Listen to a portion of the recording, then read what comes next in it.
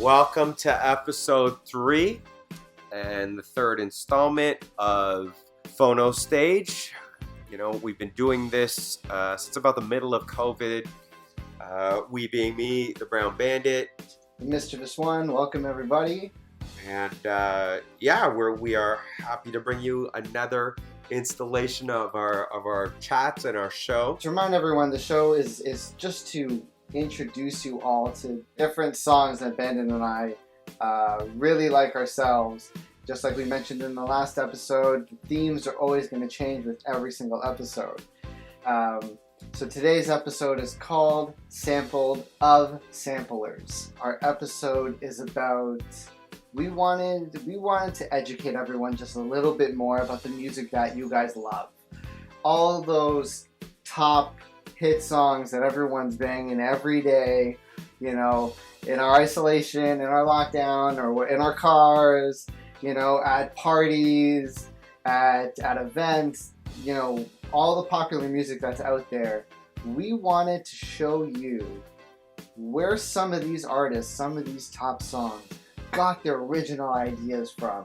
So today our focus is on the original songs that were sampled in the most popular music to this day. This is, again, the sample of samplers. To myself and Mischief, these are an inkling, a very small, minute list of stuff that we love originally, yes. Stuff that we didn't know of originally, but then found out that we did know them. And that's going to go for you guys, the audience, as well. Hopefully what you will get out of this, as has happened to both of us, even more so now that we decided to do this episode, go back and find out where Biggie or Mariah Carey or whoever the case may be got their original idea, and or did they actually sample the song?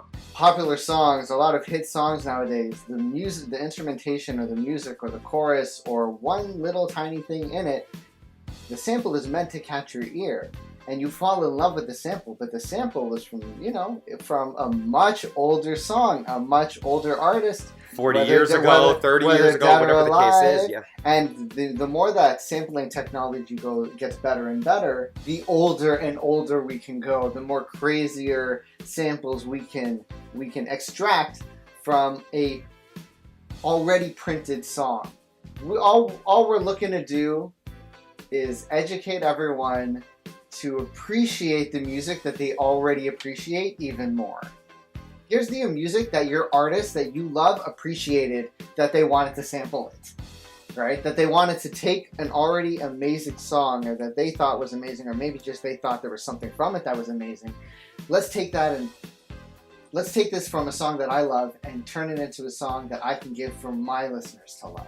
And that's exactly what we're doing, is we're bringing those original tracks to you. So hopefully you can fall in love with them too and appreciate why your beloved artists love these songs, to want to sample them. I'll also add to that, there is a faction of music listeners that say, oh, that's not right, that shouldn't be sampled, or that song shouldn't be touched. But the other side of this, when my 15-year-old nephew is coming up to me and saying, oh my God, check out this song, how, you know, it's either been redone and it's 40 years old, or it's something that's sampled and they're really into the rhythm of it, or the tempo of it, or the fact that it's something familiar. Maybe dad played Led Zeppelin and now whoever this artist is has sampled that and it's brought back a memory, so on and so forth. So for those naysayers that say they're against sampling, it keeps their music alive with the younger generation a lot of the time. Yeah. Is what I've come to realize. Because I was one of those naysayers at one point, even though I listen to tons of sampled music, right?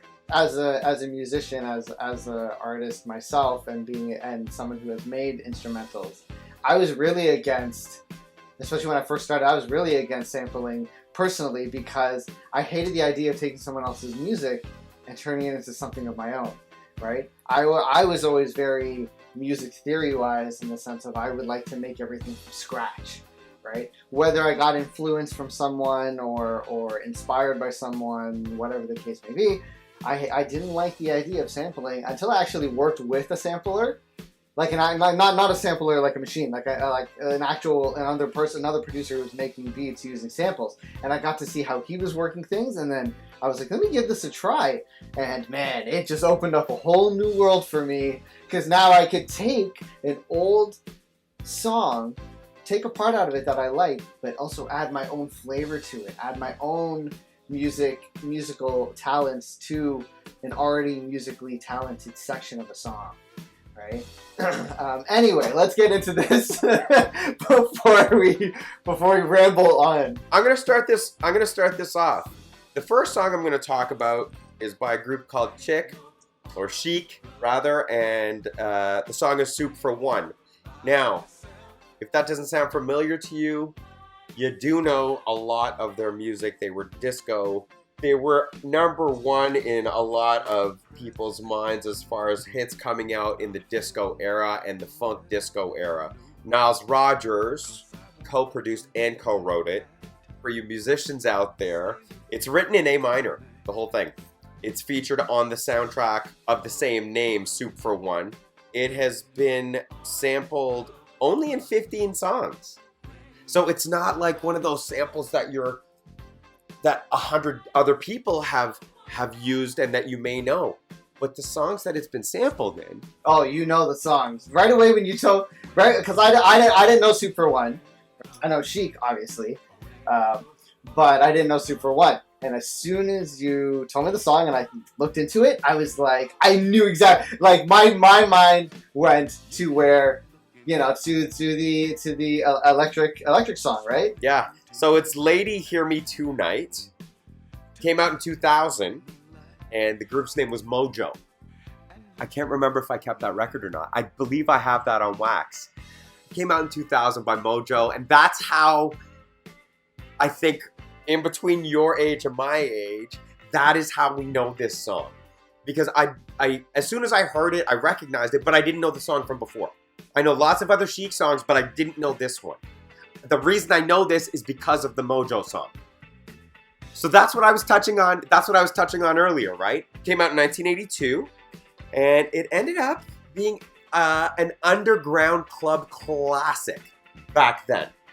What I like about that, you know, the genre. First of all, it's post disco, so it's got those funk elements in it. It's not just that disco sound, right? Yeah, Niles the guitar. Rodgers, it's the guitar. The guitar. Here it is. Niles Rodgers brought that, right? What I like about that, it being an underground classic from back then, it was a top 40 classic of our time. So it made the transition from going underground to up front in the mainstream kind of thing. They did such a great job with that. I first heard it going to some underground parties and people were spinning it. And then it caught on top 40 and in the club scene kind of thing. But I heard that maybe, 6 months before I started hearing it on the radio or anything like that. So again, it started with that underground thing, right? And then came to the foreground this time, right? For the time that it came out, it doesn't have that in-your-face, meant to be mainstream song because it's darker than what you would normally hear in that disco era, right? It's a little sad. Oh yeah, and it's the lyrics of the song. The lyrics of the song are a little on the. It's like Soup for One when you're on the run, you're like busy, you're tired. I'll just take this to go. Like, but you hit that bang on. It's not necessarily the most uplifting. The lyrics are very clear and they're very obvious. That, and also with the A minor chord, it's kind of that sadder feeling, right? It's a minor chord, so it has the more melancholy or more just sadder kind of sound to it. But two standouts, aside from the Mojo and the obvious, one's called Blessed Up. I believe it came out a year or two ago. It's by a band called 808 Inc., and it's a hip-hop track. And it's a short little sample, and it's really well done. And the other one is kind of a revamp of both Mojo and of Chic. and it came out, I think, last year. It's called Love Disco by Root Funk. It's like a re-edit. If I was to say it, it would be like my version of a re-edit if I combined both songs, kind of thing. Really, really cool. The beginning guitar just always got me right away. You start dancing automatically. But then you realize what the song is about, and you're like, oh. So that was Chic, man, with Soup for One.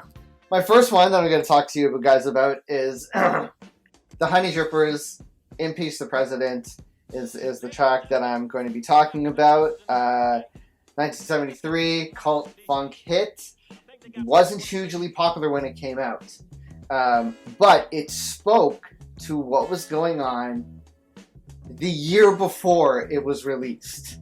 The song was, it was a single that was printed, a 7-inch single. It's in around 4 minutes long, and the song is literally what the words say, impeach the president. And I will add to that, I love that you picked this song going through what we've gone through in the last year. Let's get into a little bit of the band itself first. So, a veteran soul singer, Roy C. Hammond, famously from the doo-wop 1950s band, the Genies. He gathers these 5 high school students from Jamaica, Queens, New York, and names the band and writes the song. This song, again, wasn't hugely popular at the time, but there was a lot of controversy. It was deemed too controversial at the time. So there was a lot of fight for it to be released. Roy C. Hammond was just like, no, we got this. This needs to be put out there, right? The song needs to be put out. And the reason being is this song is written about President Nixon's Watergate scandal. Now, for those of you who don't know what that is, in 1972, Nixon's staff was associated with was caught breaking into a Democratic Party's headquarters, which then later was revealed that they actually put wiretaps in the phones. This is actually also the reason that President Nixon was Impeached. Yeah, this is the reason why President Nixon was impeached and taken out of office, because of this scandal. And this song is written for that exact thing. The words of the song were, behind the walls of the White House, there's a lot of things that we don't know about. Behind the walls of the White House, there's a lot of things that we should know about. Right? It was speaking directly to the president, just directly to what was going on, and the fact that there was just a lot of, sneaky shit happening in the government. Jumping into what the episode is about, samplers of the world. Okay, so even though this song didn't make it huge at its time, kind of talking about what you were saying in your song, this song blew up last year. Okay, this song coming out of 1973 wasn't a big deal in its time. Blew up in 2019 because of what's going on in the States, right?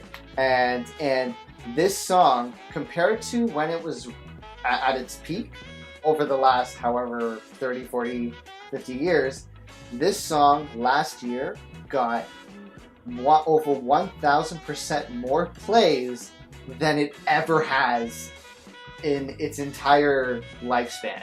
Just last year, because of what was going on. And that makes absolute sense. Jumping into where we're going with the samples, the looped, choppy guitar, right? Very recognizable. Even the solid drum rhythms with the flourishing, colorful sax. There's a lot of hip-hop elements, a lot of songs a lot of elements musically that you can pull out of there and make into your own thing. So you're looking at... I was just going to say this really quickly. Just looking over here. And I was going to bring this up because I know this song. I just know this song anyway because of my old school hip hop tendencies, right? This is the first. Listen, this is the first 6 songs listed about them sampling this, right? Wet Dreams by J. Cole. Around the Way Girl by LL Cool J. Unbelievable by Notorious B.I.G. Top Billing by Audio 2. That came out in 87. Nas, I Can. The Message by Nas. I Get Around by Tupac featuring Shock G and Money B. And Ring Ring Ring by De La Soul. Those are the first bangers. Now for me, it's recognizable, most recognizable because as soon as the guitar comes in, I jump to Shaggy, Janet Jackson, Love Me, Love Me, right? Even George Benson even sampled it in his song The Thinker. The Chronic, Rebirth of Slick, and it goes on and on and on and on. Wow. Right? This song has roughly been sampled roughly about 800 times. I just find that crazy. Right? Look at this. Look at the look of glee on your face, Mischief. It's because there's so as again, right? Like I mentioned earlier, it's as someone who has made instrumentals myself, to know that there are so many songs out of this one song is just crazy, and we still got more songs to talk about. So, it's 800. Getting excited, you just wait. Next up, Mischief, I'm going to talk about an artist with whom I don't quite know how to pronounce her last name. Couldn't find it on Wiki for some reason. So I'm going to give you a couple of different versions from the Bandit. Okay. Sure, this will work. This song is called Forget Me Nots by Patrice Rushen. Or it could be Patrice Rushen. It could be Patrice Rushen. It could be Patrice Rushen. Rushen is how I'm going to pronounce it. Please, you all out there, correct me if I'm wrong. Anyway, the song is called Forget Me Nots. And it came out in 1982. Again, I guess this is part of my childhood when it comes down to it. I wasn't necessarily familiar with the original one, and then memories of it came back to me. I believe my parents played it. Our parents used to take their records to the jams. We get dolled up. Somebody's basement would be done up with streamers and balloons or something. And my Uncle Clive and Auntie Elma, for instance, one of our homes that I remember from years ago, they had a dance floor built into their basement. If 3/4 of their basement, if I remember correctly. What I giggle about these days is that one of the supporting beams of the house was 3/4 of the way through the dance floor. So as kids, it was great because you just spin around on this thing, but it kind of looked like a stripper pole. It wasn't even a support beam. Yeah, it was all chromed out. There's the base with dingleberries around it. Anyway, back to Patrice. Again, this is post-disco. Not quite funk, but post-disco. It's that kind of, that space in between. Has a little bit of elements of each. It's and very clearly too. Very clearly in the instrumentation. Very much so. It is also co-written, produced, and sang by her. So she brought this to the forefront. It was originally considered a flop. Did not do well. And then skyrocketed in a sense, considering that it didn't do well off the hop. It reached the top 40. In the top 40 charts, it went to number 23. In the R&B charts, it went to number 4. And in the dance charts, on Billboard, it went to number 2. So I find that funny that at first the record industry considered it a flop, and then it had this turnaround. Oh, it even has the soul aspects to it when you with that saxophone in there. Yeah, there's a lot of different elements in this song that came out of that genre-wise after the fact. It's kind of a sad song, man. I don't know if you paid it. If those of you who know the song, check out the lyrics again. Rewind, because we hear it and automatically we just want to start dancing because the songs that sampled it are kind of dancey, upbeat songs, right? It is a disco beat. It's a very disco-like beat. So you can't help but groove to it. But then you hear the lyrics and she's longing to rekindle her love with her ex-lover of this romantic relationship and is thinking deeply on the romance's ending, right? So she sends her lover forget-me-nots. Now, I've known and seen, I'm a hairstylist. My other job is a hairstylist, right? That's how I like to say it right now anyway. And because of that, over the years, over 20 years of doing this, I have seen lots of forget-me-nots and whatnot in bridal bouquets and all that kind of stuff, right? It is a flower that has traditionally been given and worn to symbolize enduring love despite absence or separation. So that goes right hand in hand with what the lyrics are about, right? We'll get to the sampling part of this now. It hasn't been sampled a lot. This isn't an 800 and counting kind of song that's been sampled. It's 46 times to be exact, as of right now. But here's the thing. The one song that you will know, no matter who you are, pretty much, is Men in Black. We know it inside out, right? Here comes the Men in Black. Yeah. That bass, I've even learned the bass line of this song. There it is. Just because I want Men in Black. So it's funny when I did mention that I wanted to do this song and talk about this song. I remember you getting really excited about it. Like, oh my God, I love that track, man. Yeah, as soon as you're just like Patrice, Rushen, Forget Me Nots, I'm like Men in Black. Here's the funny thing, and I love when artists do this. She sampled her damn self later with this song. She did. The song's called I Do. Came out in 1994. The song that yes, obviously Men in Black, but the song that came back to me because I'm an old school hip hop head. This isn't old school by any means, maybe to some. Came out in 97. I don't care if that's age of me, y'all. Do you remember the Beat Nuts? Yo, give me that ass. That's what the song's called. And I remember we used to do, some friends of mine used to do an underground hip hop night in 99 and 2000 at a Scottish pub in London, Ontario, of all things, on a Monday night. Just generally industry kind of night, right? But yeah, this underground hip hop night. And there'd be all the old Scottish regulars there. So anyway, all of that came from me hearing and seeing Gimme That Ass Again by Beat Nuts, and it came from Forget Me Nots. I just get off on when people sample themselves. I think that's so cool.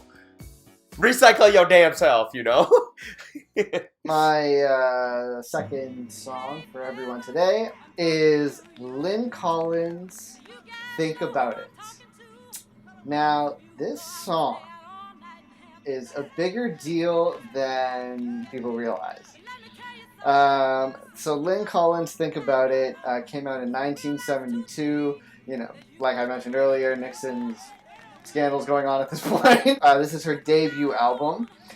This album, and as soon as I say this, and as soon as if anyone checks it out, you're going to hear it. This song was produced and written by James Brown. Let me keep going about that. It was recorded at James Brown's People Recordings. Instrumentational backing was by the JVs. All James Brown. Everything about this is James Brown. But it's Lynn Collins. The whole song is literally just a female James Brown. Right? Everything about it, you can hear it in the sense that it was recorded live off the floor. It was a one-take recording because you can hear the same, even though she doesn't do it, she doesn't do what James Brown does, where it's like he addresses his band, it's like, hey guys, whatever, or he'll tell them to do things and blah, blah, blah. She doesn't do that. But they're still in the background. They're still doing what they do with James Brown. They're still chanting. They're still just, she's saying what she's saying, and they're like, yeah, of course. Yeah, it's the call and answer. It's the call and answer thing. They are in full support of what she's talking about. And this song got number 9 on the Billboard's best-selling soul singles and number 66 on the Hot 100. Again, this is her debut album, and she, because of this song and because of her fiery vocals, she was dubbed the female preacher.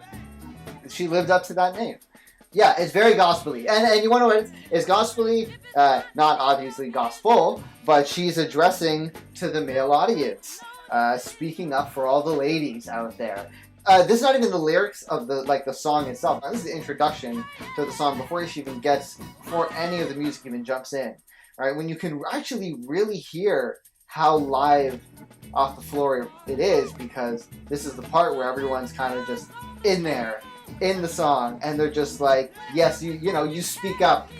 You speak up, Lil Collins. And she's saying, hey, fellas, those of you that go out and stay out all night and half the next day, and then she's proclaiming sisters, that the sisters are not going to take it, not going to go for it anymore, because we realize two things, that, you aren't doing anything for us, and we could do better by ourselves.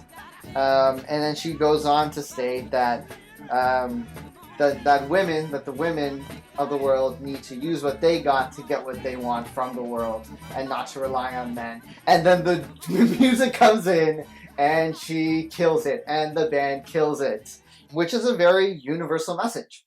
It's something that can be thought of to this day for women to be independent and strong, and it struck a chord with women around the world. But the funky beat drew in men. The men, it's, even though the song is essentially speaking out to men, saying, you guys need to do better.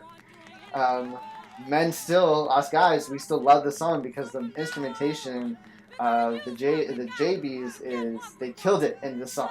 They absolutely killed the drums in this song. The drums are so well done in this song. It's popular for the raw downbeat, dressed with the tambourine and the multiple background vocals of, like I said, the band just being the band and supporting each other and just loving what they're doing and the sound that they're making and the music that they're making. The song was sampled almost around 2,600 times. Everything from the drums to, like I said, the guitar, the vocal in the beginning where she's speaking. Yeah, where she's just talking.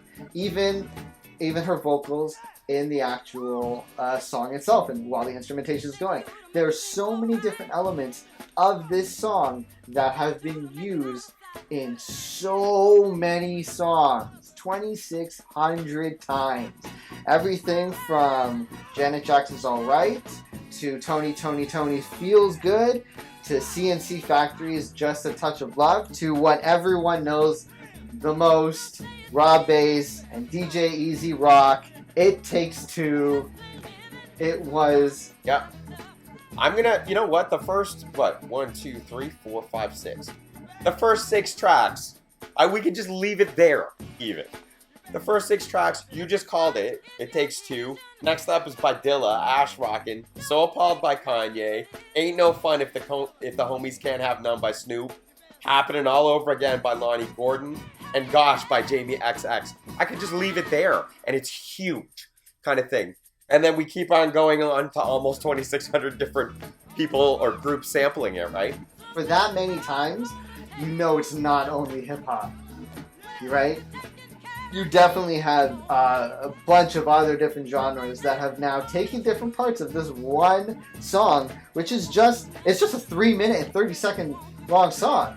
But with so much goodness in it. So much, yeah. Just so much juice that just fed the rest of the world with so much more music. On your comment about having juice, le juice. Let's change that. I'm gonna talk about. Hey man, look at me. Sorry. I'm gonna talk about le jus. Le jus. Le jus. The French used to say that about a certain man that won the Tour de France 7 times in a row. That he had le jus.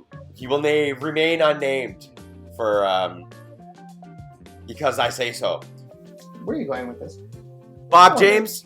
That's who I'm going to talk about.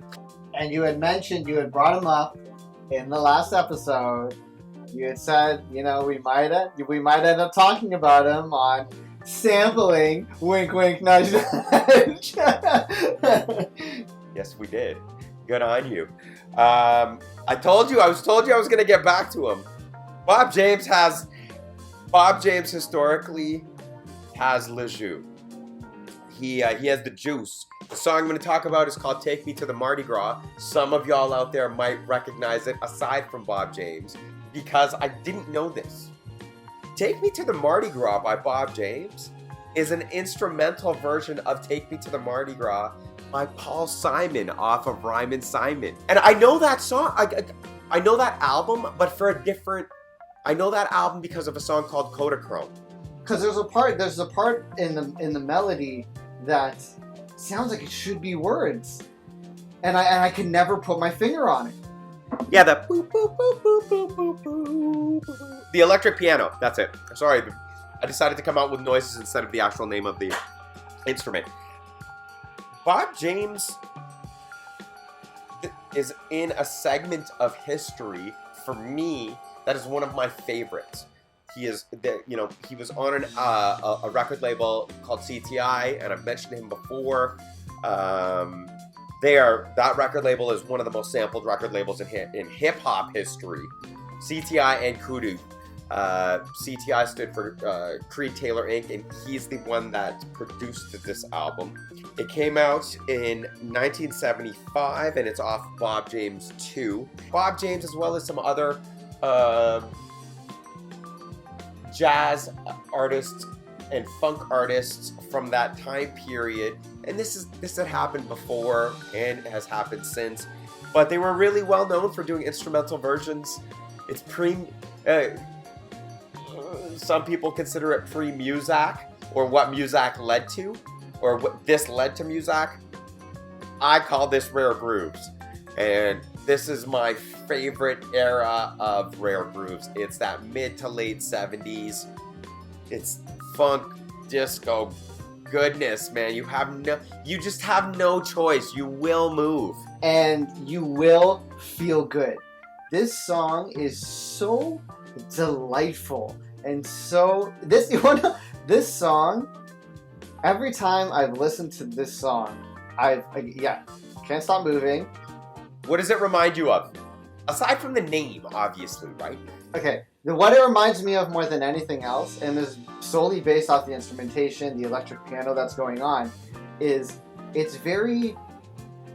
I want to say it was very, let's say, 80s TV show, like family TV show kind of theme song. Again, that's what this led to music like that. So there's one offshoot of this that led to music like that, right? Where it's very generic, almost sounding.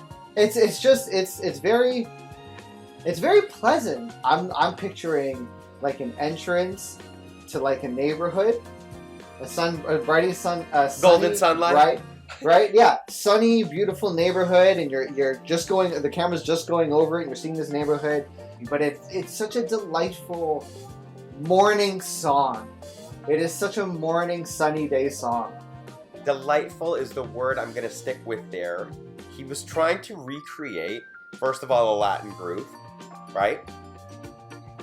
And that feeling of being at Carnival, in the carnival. In Mardi Gras. Right. It's a very playful, very happy song. So I can't agree with you. It's delightful.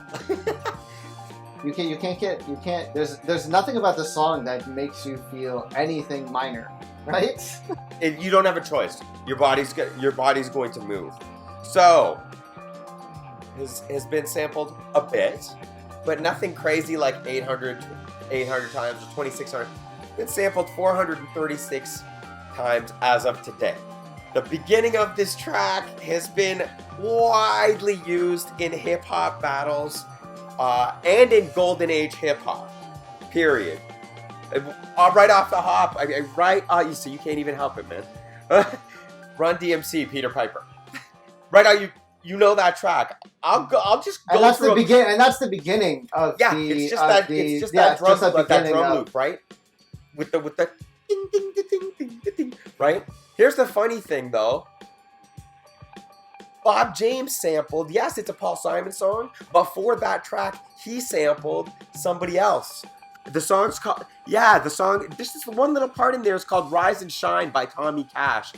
It's a country song. And Bob James sampled that in order to make this. So kind of cool. You were talking about that in the beginning of the episode. Taking something and making it your own. Or recreating right? And for an older song to go even older. Yeah, it's so cool. Right? So, right? In a sense, kind of, this is before sampling, right? Yeah, this is technically if not technically, it's before sampling. Yeah, it's. You're right. Technically, it's before sampling. It's more like a recreation, right? He's taking an idea from an older song, and it's like I'm gonna play that the same way and make it mine though, and just add my elements to it. And then as technology went on, instead of having to. We're sampling essentially not to. Again, I've made my own instrumental as well. Not to say that someone that samples doesn't have any musical backing, but it allows for people who don't have a musical backing to just take a clip of a really good song and a really good part, and maybe it's the drums that they're really good at, that they slow it down, chop it up, speed it up, loop it up, whatever to make maybe they use it more as an effect musically, as rather than an actual musical piece, and then they drop a beat on it or whatever it is that they do, and then it becomes a musical and then it becomes its own little musical piece, right? Back to Marty. Take me to the Mardi Gras, right? Like, man, right out the gate, right out the flipping gate. Peter Piper by Run DMC, Straight Outta Compton by NWA, Hold It Now, Hit It by the Beastie Boys. And you know those songs. Most people know those songs for a certain age group, of course. And those that didn't. And that beginning, aside from being sampled in hip hop songs or whatever songs, that beginning, the same beginning that everyone recognizes, DJs have used that in their things too. Like, so well known for, I don't know if I mentioned that actually, but widely used in DJ battles, DMC battles. It is still, and of course used in golden era hip hop. I have a very soft spot for that era of hip hop. Who's the other song? LL Cool J, man.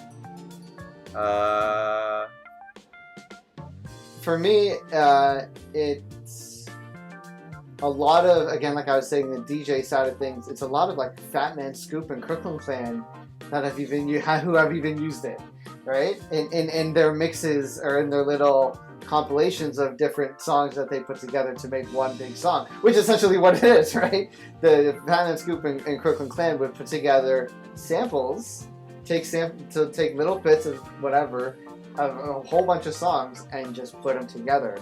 And then you listen to them, and you can pick them out. Immediately recognize the songs that they sampled. The LL Cool J song is "Rock the Bells." To correct myself. Rock the Bells. Rock the yeah, man. Ding ding ding ding ding ding ding ding. Right.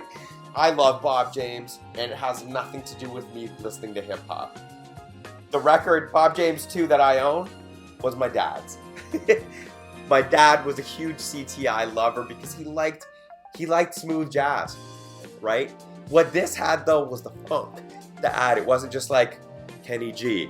And nothing wrong with Kenny G, quite a talented musician, but he didn't have that funk. And that's what that's what I got to say about Bob James, man. He ended up being one of the most, if not the most sampled man in hip hop history, above and beyond even the great JB. Sorry, what do you got lastly for us, Mischief? Okay, so to end us off heavy, to end us off loud, I got Billy Esquire's The Big Beat. That's a track. Just the name alone, right? The name alone. It's you know what? Those drums remind me of like Queen "We Will Rock You." Oh, right? Like, yeah, they hit you in that same like powerful way, right? The same way the Queen's "We Will Rock You" hits you is the exact same way that these drums hit you, and it fits so well into the world of sampling. So the Big Beat came out in 1980. This is Billy Esquire's debut rock album.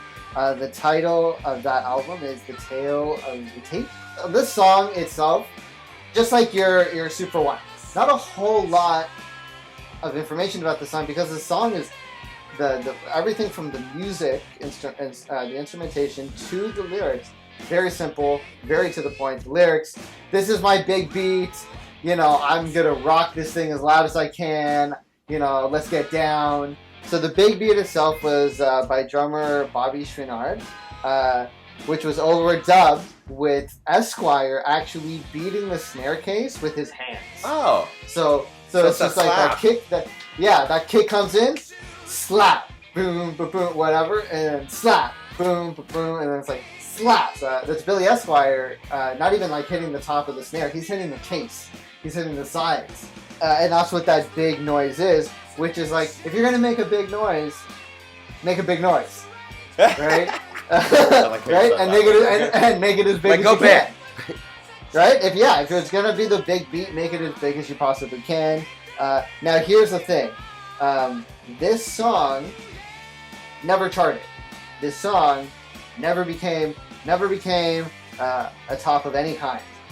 However, this song became sampling staple for hip hop. This song has been estimated just under 300 times sampled, but it's that drum beat, that heavy, big beat that has like it's just the hip hop world. Actually, you know what? I'm not even going to say just the hip hop world. Just the music world has taken advantage of this big beat.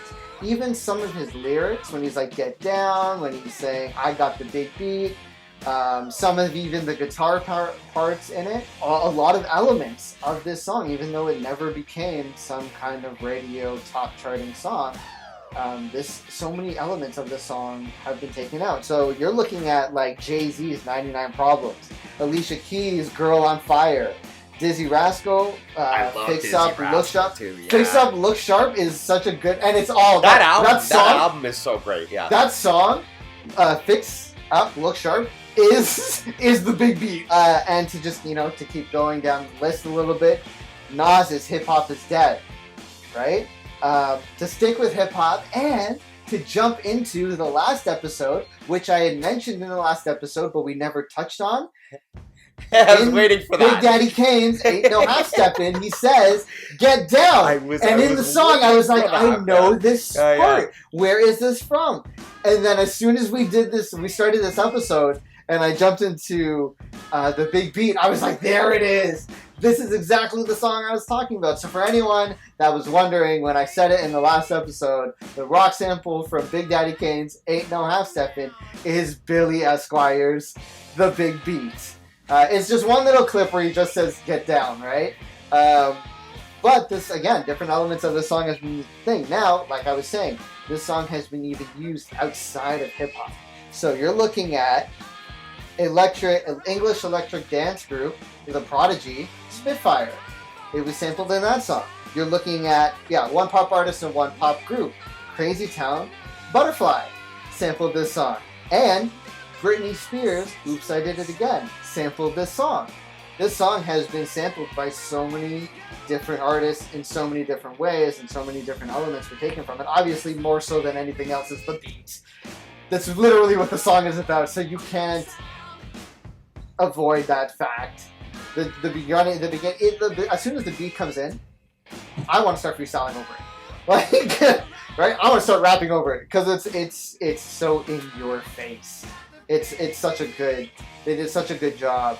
That's it. Those are our tracks for today, which are Impeach President, Super One, Think, Take Me to Mardi Gras, The Big Beat, Forget Me Nots, all amazing songs of their time, which gave us music to our time, and which will probably give more music to our future generations. Yeah. And that's it. Sampled of the samplers, everyone. That is what we covered today. I'm also going to add something in this time that we are in. If you go back and look at all the tracks we picked and talked about, maybe not necessarily all by black artists. I know that all three of mine did have black artists involved. What I'm getting at is the play out from this in the black community as far as music goes will continue to be flipping huge, and maybe songs that weren't as well known. For instance, "Take Me to the Mardi Gras" by Bob James. It took the black community getting their wonderful hands on that music and creating much more, and uplifting it and creating, just like you said, creating that much more. So we're with Black Lives Matter, and we just wanted to let you guys from the Bandit and from Mr. The Swan, we stand with and for you guys, and you can't just appreciate the culture without appreciating the people. That's it. And we appreciate y'all. Much love.